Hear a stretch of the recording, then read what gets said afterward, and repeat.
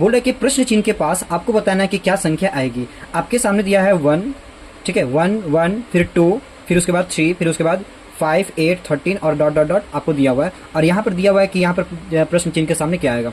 अगर हम बात करें इसका, तो निकालने के लिए शॉर्ट ट्रिक अगर हम बात करें तो आपको दिखाई दे रहा होगा। अगर मान लेते हैं हम इन दोनों का डिफरेंस निकालते हैं, तो डिफरेंस अगर बात करते हैं कितना आ रहा है 0, यहाँ पर डिफरेंस कितना आ रहा है 1, यहाँ पर डिफरेंस क्या आ रहा है 1, यहाँ पर डिफरेंस क्या आ रहा है 2। तो आप लोग देख रहे हैं कि कोई भी सीरीज अप्लाई नहीं हो पा रहा है।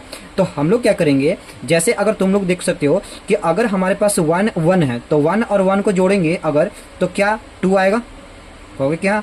जैसे अगर 1 + 1 अगर हम करते हैं तो क्या आ रहा है 2 आ रहा है। अब उसी प्रकार से इसको, इन दोनों को अगर जोड़ते हैं तो 1 + 2 बराबर कितना हो जाएगा, कहोगे 3 होगा। उसी प्रकार से 3 और +2 जोड़ेंगे तो कितना हो जाएगा, तो 3 और +2 जोड़ेंगे तो 5 होगा। अगर आ गया है, फिर उसके बाद अगर देखेंगे 5 + 3 करेंगे तो 5 + 3 बराबर कितना होगा 8, तो अगला आया है। फिर उसके बाद अगर 8 + 5 अगर हम करते हैं तो 8 + 5 कितना हो जाएगा 13। तो यहाँ पर हम देख रहे हैं कि अगर पिछले वाले टर्म को और आगे वाला टर्म को दोनों को जोड़ते हैं तब जाकर एक अगला टर्म हमको मिलता है। जैसे 1 + 1 अगर जोड़ रहे हैं तो अगला वाला टर्म यानी कि 2 मिल रहा है। फिर उसके बाद 1 + 2 जोड़ रहे हैं तो अगला वाला टर्म यानी कि 3 मिल रहा है। फिर उसी प्रकार से 2 + 3 अगर टर्म को जोड़ रहे हैं तो 5 मिल रहा है। तो इसी प्रकार से ये पैटर्न चल रहा है। तो उसी प्रकार से अगर 8 और 13 को अगर हम जोड़ते हैं, 8 और 13 को अगर जोड़ेंगे तो अगला जो टर्म आएगा वो होगा 21। तो आपका इसका सही आंसर हो जाएगा 21, ठीक है।